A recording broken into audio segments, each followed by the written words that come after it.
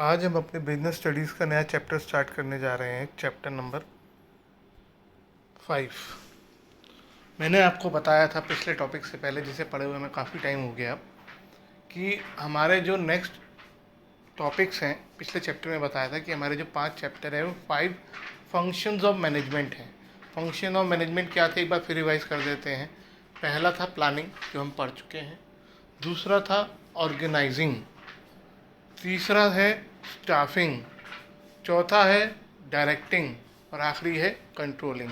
तो इसी ऑर्डर में हमारे चैप्टर चलेंगे। तो हम बात कर रहे हैं अब, कौन सा चैप्टर आएगा प्लानिंग के बाद? ऑर्गेनाइजिंग। तो हम ऑर्गेनाइजिंग की बात कर रहे हैं। तो अब तक हमने प्लानिंग कर ली है ना, हमने प्लान कर लिया। तो प्लान करने के बाद क्या, हमने ये डिसाइड कर लिया क्या हमारे ऑब्जेक्टिव्स हैं, क्या हमारे रूल्स हैं। हमने प्लानिंग चैप्टर में पढ़ा कैसे कैसे हम काम करेंगे, हमने प्लान्स बना दिए। अब क्या, अब हमें उसके बाद रिसोर्सेज का अरेंजमेंट करना है अपने काम को पूरा करने के लिए।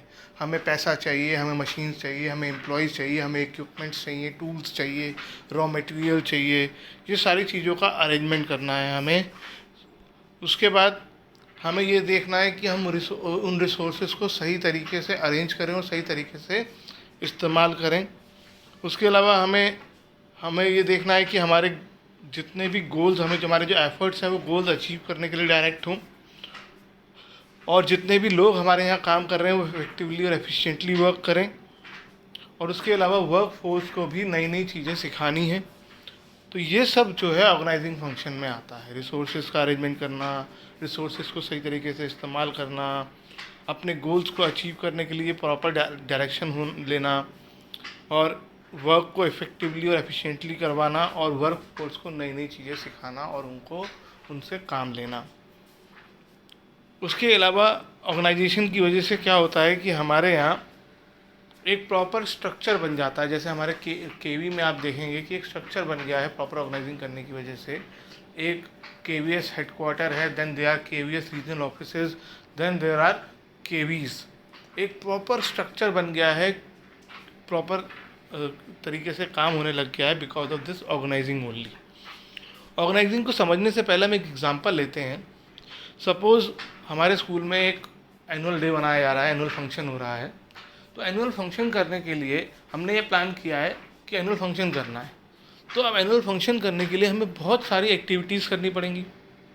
तो वो जो एक्टिविटीज़ का रिकॉर्ड बनाना है कि जो जो हमें करनी है, वो ऑर्गेनाइजिंग में आता है ना। हम क्या करेंगे, जितने भी काम कर रहे हैं उन्हें छोटे छोटे पार्ट्स में डिवाइड कर देंगे, ठीक है। और फिर जो छोटे छोटे पार्ट्स हैं उनको सिमिलर टाइप ऑफ एक्टिविटीज़ में ग्रुप कर देंगे। जैसे एक फूड कमेटी बन जाएगी, एक डेकोरेशन कमेटी बन जाएगी, एक रिसेप्शन कमेटी बनेगी। रिसेप्शन कमेटी का काम क्या होगा, जो भी कोई गेस्ट आता है, इंपॉर्टेंट गेस्ट आता है, उसको रिसीव करने जाएंगे। सिटिंग अरेंजमेंट कमेटी बनेगी, स्टेज मैनेजमेंट होगा, साउंड और माइक सिस्टम होगा।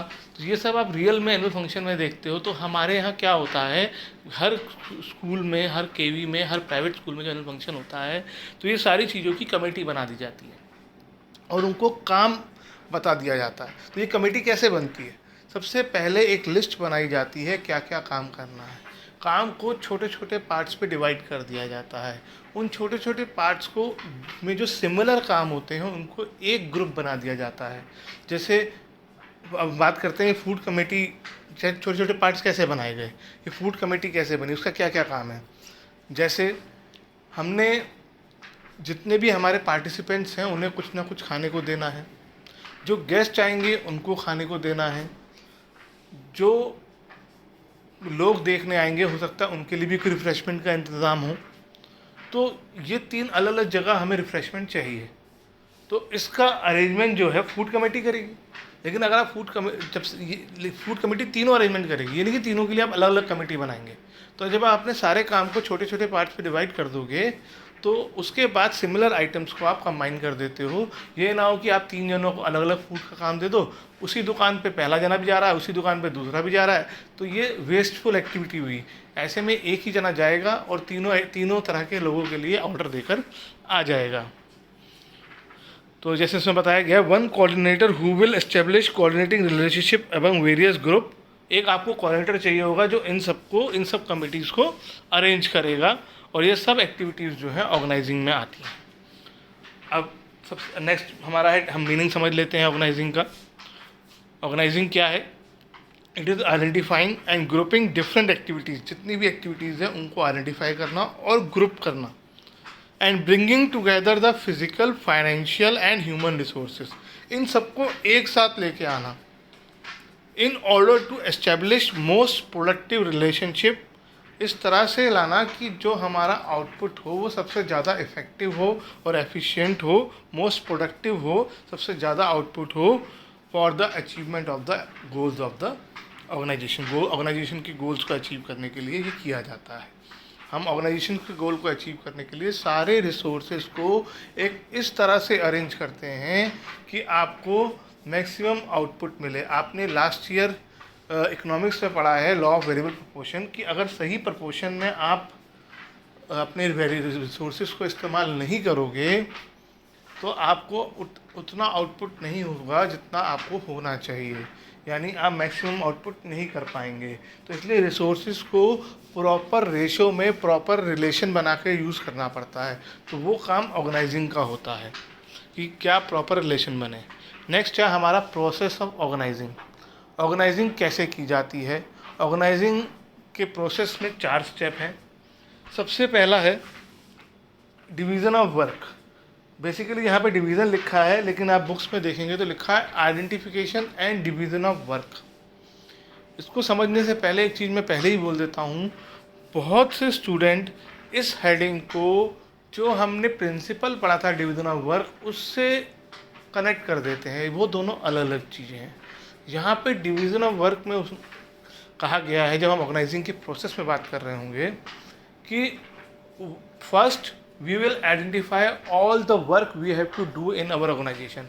पहले जितने भी ऑर्गेनाइजेशन में हमें काम करने हैं उन सब की एक लिस्ट बना दी जाती है।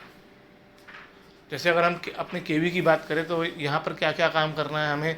यहाँ पे क्लास 11th में इंग्लिश पढ़ाई जाएगी, 12th में इंग्लिश पढ़ाई जाएगी, 11th में अकाउंट्स, 12th में अकाउंट्स, 10th में मैथ्स, 9th में मैथ्स, 10th में साइंस, ऐसे करके सारी लिस्ट बना दी। क्लास 6th 7th 8th में संस्कृत भी होगी। 1 2 3 4 5 में 4 ही सब्जेक्ट तीन ही सब्जेक्ट होते हैं, हिंदी, इंग्लिश, ईवीएस, है ना। तो और मैथ, 4 सब्जेक्ट होते हैं। तो इस तरीके से पूरी लिस्ट बना दी जाएगी। उसके बाद उन लिस्ट को भी छोटे छोटे पार्ट्स में डिवाइड कर दिया जाएगा। जैसे हर एक क्लास को मैथ्स पढ़ानी है, हमने डिसाइड कर दिया every class from 1 to 12 will study maths. अब छोटे छोटे पार्ट्स में डिवाइड कर दिया। एक 1 to 5 वाला मैथ्स हो गया, एक 6 to 10 वाला मैथ्स हो गया, एक 11 12 वाला मैथ्स हो गया।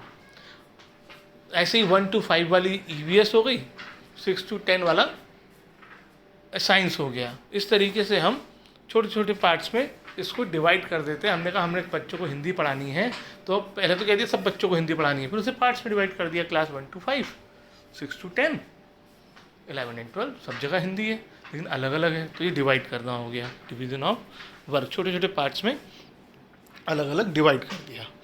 The first step is the total work should be divided into various specific activities. छोटे छोटे पार्ट्स में डिवाइड कर दो, है ना। तो पहला काम यही है कि छोटे छोटे पार्ट्स में डिवाइड कर देना है। फिर क्या है? Grouping jobs and departmentalisation. जो एक तरह के क्या कहते हैं जॉब्स हैं उनको ग्रुप कर देना है। जैसे क्लास 11 12 के लिए अकाउंट, बिजनेस, इकोनॉमिक्स ग्रुप कर दिया for commerce stream. Physics, chemistry, maths, bio, वैसे मैथ्स कॉमर्स में भी होती है, लेकिन ये 4 सब्जेक्ट ग्रुप कर दिए फॉर साइंस स्ट्रीम, है ना।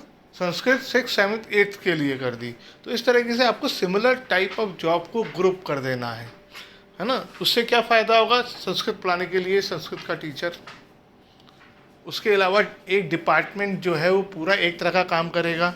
अगर आप एक और सिंपल एग्जांपल लेना चाहें तो आप अगर कभी बिग बाज़ार गए हो तो वहाँ पे डिपार्टमेंटलाइजेशन हो रखा है।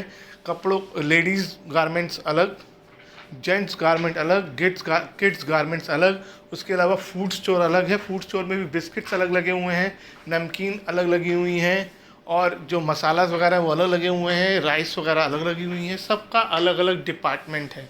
आपको अगर नहीं दिखेगा आप किसी से पूछो, वहीं से खड़े होकर बता देंगे कि कौन सी चीज़ कहाँ मिलेगी। ऐसा नहीं है कि एक घी का एक देसी घी जो है वो एक कैन में एक तरफ लगा हुआ है और दूसरी कंपनी का देसी घी अपोजिट साइड लगा हुआ है। सब तरह के देसी घी एक साथ लगे होंगे ताकि ढूंढना ना पड़े। That is departmentalisation. एक जैसी चीज़ें आपको एक ही जगह मिलेंगी। आपको अगर आप इलेक्ट्रॉनिक्स का सामान लेने जाएंगे तो उसका एक अलग जगह है, तो हर चीज़ का वहाँ पर जो है एक फिक्स प्लेस है। तो उन्होंने क्या कहा है कि जो सिमिलर नेचर की चीज़ें हैं उनको ग्रुप कर दिया है। तो ग्रुपिंग भी कई तरीके से होती है, हमारे सिलेबस में इसी चैप्टर में हम पढ़ेंगे। तो once the total work has been divided into small parts, then second step is to combine similar and related jobs into larger units called departments. अब यहाँ पे हम आगे पढ़ेंगे, departments can be made by two basis. Department दो तरह से बनाए जा सकते हैं। One is on product basis, कि किस तरह का प्रोडक्ट बनेगा। अब कई जगह पे बहुत सारे तरह के प्रोडक्ट नहीं होते हैं। अगर आप बैंक में जाएंगे तो आपको बैंक में बहुत तरह के प्रोडक्ट मिलेंगे। लोन डिपार्टमेंट होता है वहाँ पर, कार का लोन, बाइक लोन, उसके अलावा ऐसी बहुत सारी फैसिलिटी मिलेंगी। लेकिन अगर आप कहीं ऐसे डिपार्टमेंट, आप रेलवे में जाओगे तो रेलवे में बहुत अलग अलग तरह के क्या कहते हैं डिपार्टमेंट नहीं है। काम वहाँ पे फंक्शंस के हिसाब से डिवाइड हो जाता है, प्रोडक्ट नहीं मिलते वहाँ पर अलग अलग तरीके। रेलवे में तो टिकट ही बिकेंगी, तो एक जगह टिकट बिक रही है ना, एक जगह प्लेटफॉर्म टिकट बिक रही है, एक जगह रिजर्वेशंस हो रहे हैं। ऐसे अलग अलग काम के हिसाब से वहाँ पे डिपार्टमेंट्स डिवाइडेड है। वहाँ पे डिपार्टमेंट फंक्शंस के हिसाब से बने हुए हैं, क्योंकि प्रोडक्ट तो वहाँ पर एक ही है, रेलवे ट्रेन। तो जहाँ पे बहुत सारे प्रोडक्ट होंगे वहाँ प्रोडक्ट के हिसाब से डिपार्टमेंटलाइजेशन हो जाएगा, और जहाँ पे एक ही तरह का प्रोडक्ट होगा वहाँ पे फंक्शंस के अकॉर्डिंग। तो ये डिपार्टमेंटलाइजेशन हमारे सिलेबस में बहुत डिटेल में है, इसका नेक्स्ट टॉपिक है। आज के बाद जब भी मैं पढ़ाऊँगा, नेक्स्ट जब पढ़ेंगे तो उसमें पढ़ेंगे, तो अभी इसको इतना ही रहने देते हैं। अब हमने डिपार्टमेंट बना दिए। तीसरा है असाइनमेंट ऑफ ड्यूटीज़। जब हमने डिपार्टमेंट्स बना दिए तो डिफरेंट पोस्ट्स क्रिएट हो जाती हैं हर डिपार्टमेंट में। जैसे हमने कॉमर्स डिपार्टमेंट बनाया तो कॉमर्स डिपार्टमेंट में एक पीजीटी कॉमर्स होगा, कॉमर्स का टीचर होगा जो अकाउंट बिजनेस पढ़ाएगा, एक इकोनॉमिक्स का टीचर होगा। तो पोस्ट डिसाइड हो गई। ऐसी साइंस का होगा तो मैथ्स का होगा, बायो का टीचर होगा, केमिस्ट्री का टीचर होगा, फिजिक्स का टीचर होगा। तो पोस्ट डिसाइड हो गई। अब इनकी ड्यूटीज़ असाइन होती हैं कि जैसे जो कॉमर्स का टीचर है वो 11th-12th में अकाउंट्स और बिजनेस स्टडीज़ पढ़ाएगा। जो इकोनॉमिक्स का टीचर है वो 11th-12th में इकोनॉमिक्स और किसी छोटी क्लास में एसएसटी पढ़ाएगा। ठीक है, ऐसे ही फिज़िक्स का टीचर जो है वो 11th-12th फिज़िक्स और किसी छोटी क्लास में साइंस पढ़ाएगा। ऐसी केमिस्ट्री के साथ है, ऐसी बायो के साथ है। ठीक है, तो इस तरीके से हर एक की ड्यूटी डिसाइड कर ली गई है कि कौन क्या क्या ड्यूटी करेगा, पहले से डिसाइडेड है। जो टीजीटी मैथ्स होगा, जो टीजीटी पोस्ट होती है आपने सुनी होगी, तो जो टीजीटी मैथ्स होगा वो class 9th 10th 6 to 10th तक की मैथ्स लेगा। सारे क्लासेस नहीं लेगा, लेकिन 6 to 10 तक से मतलब है ना, 6 से नीचे मिलेगी उसे ना, 10 से ऊपर मिलेगी। तो हर एक की ड्यूटीज़ क्या हैं वो पहले से डिसाइडेड होती हैं। हर पोस्ट के हिसाब से उसे काम दे दिया जाता है। अब खाली इतना काफ़ी नहीं है कि हमने उसे काम दे दिया है। नेक्स्ट स्टेप हमें एस्टेब्लिश करनी होती है रिपोर्टिंग रिलेशनशिप, यानी कौन पर्सन किसको रिपोर्ट करेगा, किसको अकाउंटेबल होगा, कौन उसको काम देगा और किस जवाबदेही किसको होगी। ठीक है, हर एक डिपार्टमेंट में जो काम कर रहे हैं उसका एक डिपार्टमेंटल हेड होगा। डिपार्टमेंटल हेड जो है, जैसे हमारे स्कूल में जो कॉमर्स का है, यहाँ जो कॉमर्स स्ट्रीम है, तो अंजू मैम जो है वो सीनियर मोस्ट हैं, तो अंजू मैम हेड हैं। तो वो मैं उनको रिपोर्ट करूँगा। जितने भी एसएसटी के टीचर स्कूल में हैं और जितने भी कॉमर्स के टीचर हैं वो उनको रिपोर्ट करेंगे, और वो प्रिंसिपल सर को रिपोर्ट करती हैं। कोई भी अगर कोई बात प्रॉब्लम होती है ऐसी या कोई बात होती है, तो ये हमने पढ़ा है, स्केलर चेन की बात पढ़ी है, और हमने टॉप लेवल मिडिल लेवल सब पढ़ा है, तो उसी हिसाब से ये काम चलता है। तो ये किसके पास कितनी अथॉरिटी होगी, कौन किसको आंसरेबल होगा, ये सब जो है इस लास्ट स्टेप में डिसाइड कर दिया जाता है कि कौन किस पोस्ट पे क्या अथॉरिटीज़ होंगी और वो किनको आंसरेबल होगा। Next heading, importance of organizing. Importance of organizing यानी ऑर्गेनाइजिंग करने का क्या फ़ायदा है। ये केवी का एक बहुत प्रॉपर स्ट्रक्चर बना दिया गया है। अगर आप कभी केवी की वेबसाइट खोलेंगे तो उसमें आपको मिल जाएगा ऑर्गेनाइजेशन ऑफ केवी। तो उसमें आपको बताएंगे कि केवीएस हेडक्वार्टर है, केवीएस हेडक्वार्टर में एक कमिश्नर होता है, उसके पास 2 डिप्टी कमिश्नर होते हैं, असिस्टेंट कमिश्नर होते, एडिशनल कमिश्नर होते हैं, ऐसे करके पूरा बताएंगे। प्रॉपर ऑर्गेनाइजिंग करने का क्या फ़ायदा है, क्या यूज़ है कि भाई हम पूरा एक पहले से ही तैयारी कर दें, एक प्रॉपर स्ट्रक्चर बना दें अपने ऑर्गेनाइजेशन का, है ना। तो ऑर्गेनाइजिंग का क्या यूज़, जैसे मैंने एनुअल फंक्शन की बात करी, क्या यूज़ है हम पहले से प्लान कर लें, ये काम ये करेगा, ये काम वो करेगा। तो पहला है बेनिफिट्स ऑफ स्पेशलाइजेशन।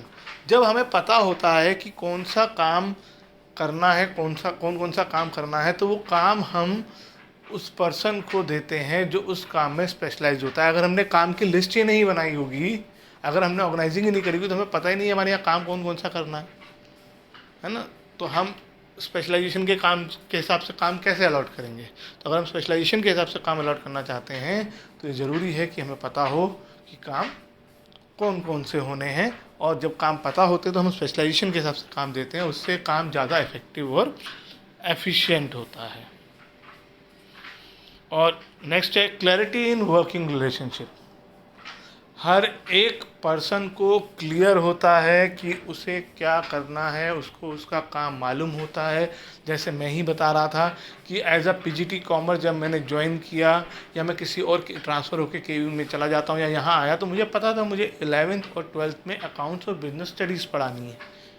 वहाँ पे क्लियर है, पहले से डिसाइडेड है कि अगर आप इस पोस्ट पे अपॉइंट हो रहे हो, ये नहीं है कि मैं जिस स्कूल में जाऊँगा मुझे बताएंगे आपको क्या करना है ना। क्यों ऐसा है, क्योंकि हमने प्रॉपर ऑर्गेनाइजिंग कर रखी है, तो हर एक को उसका रोल क्लियर है। तो हर एक को उसका रोल क्लियर है, तो इसलिए कोई कन्फ्यूज़न नहीं होता है, कोई मिसकम्युनिकेशन नहीं होता है, और हर एक जना जिसको पता है कि किसको आंसरेबल है, अगर कोई गलती होगी तो किससे पूछा जाए, ये सब जो है पहले से प्री डिसाइडेड होता है। कोई भी अपनी रिस्पॉन्सिबिलिटी से बच नहीं सकता। आप ये नहीं कह सकते कि सर मुझे तो पता ही नहीं था मुझे ये करना है। हर एक की अपनी एक जिम्मेदारी है। Then optimum utilization of resources. हम अपने रिसोर्सेज को सबसे अच्छे तरीके से तभी इस्तेमाल कर पाएंगे जब हमारा काम ऑर्गेनाइज्ड होगा।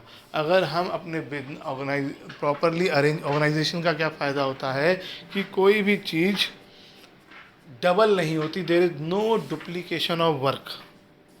हर चीज़ जो है प्री प्लान्ड होती है और आपको पूरा स्ट्रक्चर मालूम होता है। जैसे मैंने आपको अभी एग्जांपल दिया था इसमें कि अगर आप लिस्ट नहीं बनाओगे काम की, तो खाना जो फूड आइटम लाने की काम है वो हो सकता है आप 3 अलग अलग जनों को काम दे दो, तो that is repetition of work. आप 3 अलग अलग जनों को काम क्यों दो। तो ऑर्गेनाइजिंग फंक्शन जो है वो डुप्लीकेशन ऑफ वर्क और ओवरलैपिंग एक्टिविटी कम करता है, क्योंकि जॉब्स जो है वो वेल डिफाइंड होती हैं और वो इंडिविजुअल्स को उनकी नॉलेज के हिसाब से अलॉट की जाती हैं और प्री प्लान्ड होता है। तो कोई भी चीज़ ऐसी नहीं जो 2 जनों को दे दी जाए या कोई काम किसी को देना रह जाए। देन एडॉप्टेशन टू चेंज या एडॉप्शन टू चेंज। आसानी से जो एक प्रॉपरली ऑर्गेनाइज्ड ऑर्गेनाइजेशन होता है, जैसे केवी का है, वो आने वाले चेंजेस के साथ बहुत जल्दी एडजस्ट कर देता है और अपने एम्प्लॉयज़ को इस तरीके से अरेंज करता है। हमारे यहाँ कहीं भी कभी भी नए केवीज ऐड हो जाते हैं। जब मैं इस क्या कहते हैं केवी में आया था, तब हमारे यहाँ 16 या 17 रीजनल ऑफिसेस थे। केवीज कम थे, 1000 के अराउंड थे। आज इसमें 1200 केवीज हैं और 25 रीजनल ऑफिसेज हैं। ईजीली उन्होंने रीजनल ऑफिस ऐड कर दिया। इसमें आप सीबीएसई का एग्जांपल ले सकते हैं। सीबीएसई में भी पहले, अगर आपको मालूम हो, अगर शायद आपको नहीं मालूम हो, हमारा जो रीजन होता था सीबीएसई का, वो इलाहाबाद रीजन होता था। तो इलाहाबाद रीजन को डिवाइड कर दिया गया और एक देहरादून रीजन बना दिया गया। लास्ट ईयर एक नोएडा रीजन बना, गुरुग्राम रीजन बना दिया गया सीबीएसई का। तो कई रीजन्स बना दिए गए जिसमें उनका काम आसान हो गया। तो ये डिवाइड करना आसान हुआ, क्योंकि पहले जो हमारा हल्द्वानी केवी है, ये को पूरे हल्द्वानी की सीबीएसईज हैं, स्कूल्स हैं, उधम सिंह पूरे के पूरे उत्तराखंड के, वो इलाहाबाद में आते थे और वो सीधा जो है देहरादून रीजनल ऑफिस सीबीएसई में चले गए। सारा कुछ वहीं से होता है। ये उनको लिए बहुत मुश्किल हुई करने की, नहीं, उन्होंने सिर्फ एक ऑर्डर पास कर दिया कि आप जो है अपना सारा काम देहरादून रीजनल ऑफिस सीबीएसई से करेंगे। क्यों? क्योंकि उनका तो प्रॉपर स्ट्रक्चर बना हुआ है, तो उनको पता है कि काम कैसे करना है, कोई कन्फ्यूज़न ही नहीं है। लेकिन जहाँ स्ट्रक्चर प्रॉपर नहीं होता है तो वहाँ पर चेंजेस लाने बहुत मुश्किल हो जाते हैं, कुछ ऐड करना हो, कुछ रिमूव करना हो, बहुत मुश्किल हो जाता है। Next, effective administration and coordination. क्योंकि हमारा ऑर्गेनाइजेशन बहुत प्रॉपरली ऑर्गेनाइज्ड है, तो हम उसको आसानी से मैनेज कर सकते हैं, आसानी से उसको उसमें डिफरेंट डिपार्टमेंट के बीच कोऑर्डिनेशन बना सकते हैं। सिमिलर नेचर के जॉब हमने पहले ही ग्रुप कर दिए हैं, तो कोई कन्फ्यूज़न है ही नहीं। जैसे आप स्कूल में जाएंगे तो आपको पता है कि यहाँ पर ऑफिस है, यहाँ लाइब्रेरी है, यहाँ ये भी एक ऑर्गेनाइजिंग का तरीका है, यहाँ केमिस्ट्री लैब है, यहाँ कंप्यूटर लैब है। हमने ऑर्गेनाइज कर दिया है, तो आपको पता है कि कौन सी चीज़ कहाँ मिलेगी, है ना। तो कोई कन्फ्यूज़न नहीं है। उसके अलावा हर एक डिपार्टमेंट जो है उसे पता है क्या क्या काम करना है। कॉमर्स डिपार्टमेंट को पता है कि अंजू मैम और मुझे कि मुझे क्या क्या करना है। हम एक दूसरे के साथ कोऑर्डिनेट भी करते हैं और मैनेज करना भी आसान होता है ना। कि आप बच्चों के बारे में बात करना या आप बच्चों से बात करना, और कई बार अंजू मैम और हम आपस में डिस्कस करते हैं कि कौन सा बच्चा क्या कर रहा है, कहाँ पीछे चल रहा है, क्या इम्प्रूवमेंट चाहिए। और जब इवन एक्स्ट्रा क्लास लगती है विंटर में, तो हम आपस में डिस्कस करके कॉमन बच्चों को बुलाते हैं। तो वो तभी पॉसिबल है जब एक डिपार्टमेंटलाइजेशन हो पाया, तो हमारे बीच कोऑर्डिनेशन तभी आ पाता है। उसके बाद डेवलपमेंट ऑफ पर्सनल। इस चैप्टर में हम एक चीज़ पढ़ेंगे कि हम क्या करते हैं, हमारे डिपार्टमेंट में जो एम्प्लॉयज़ काम करते हैं उनको अपना काम उनको देकर, इसे बोलते हैं डेलीगेशन। अपना काम उनको देकर उस काम में ट्रेनिंग देते हैं। ये जनरली बैंक्स में होता है, इवन केवीज़ में होता है। जब प्रिंसिपल सर हमारे स्कूल में नहीं होते, कहीं बाहर जाना पड़ता है, तो वो सीनियर मोस्ट जो भी टीचर होता है, जनरली अंजू में हमारे यहाँ सीनियर मोस्ट है, तो उनको कह के जाते हैं कि आप ये काम मेरी जगह काम करेंगे। तो क्यों कह के जाते हैं, क्योंकि ये रूल है और ये एक तरह से डेलीगेशन होता है। इससे अंजू मैम को प्रिंसिपल की पोस्ट के काम सीखने को मिलते हैं, और उससे क्या फ़ायदा होता है कि फ्यूचर में it helps them in getting promoted. तो इससे एम्प्लॉयज़ का डेवलपमेंट होता है, एम्प्लॉय नई नई चीज़ें सीखता है। उसके अलावा अगर हम अपने बिजनेस को और बड़ा करना चाहते हैं, एक्सपेंड करना चाहते हैं, तो एक प्रॉपरली ऑर्गेनाइज्ड जो ऑर्गेनाइजेशन होता है, जो ऑर्गेनाइजेशन को सही तरीके से बनाया गया होता है, जैसे हमारा केवी है, ऐसे में उसको ऑर्गेनाइज करना बहुत आसान हो जाता है, क्योंकि इजीली एडिशन और रिमूवल हो सकते हैं। जैसे मैं केवी का एग्जांपल दे रहा हूँ, हम जब चाहे अपने केवी में नए केवीज़ ऐड कर देते हैं, और जब चाहे किसी केवी को बंद भी कर सकते हैं। हर साल कई केवीज़ में कई सब्जेक्ट्स को बंद भी किया जाता है।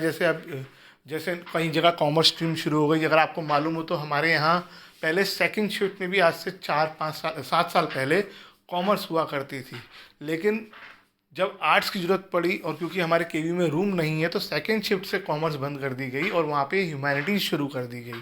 तो ये इजीली पॉसिबल हो पाया क्योंकि हमारा ऑर्गेनाइजेशन बहुत प्रॉपरली वेल डिफाइंड है। और लेकिन वहाँ पॉसिबल नहीं है जहाँ पे ये प्रॉपर ऑर्गेनाइजेशन नहीं होगा। तो जहाँ पर प्रॉपर ऑर्गेनाइजेशन होगा, वहाँ पर जो है आप इजीली अपने बिजनेस को जहाँ ऑर्गेनाइज होगा वहाँ पे आप इजीली एक्सपेंड कर सकते हो और बड़ा कर सकते हो। आगे बाद में।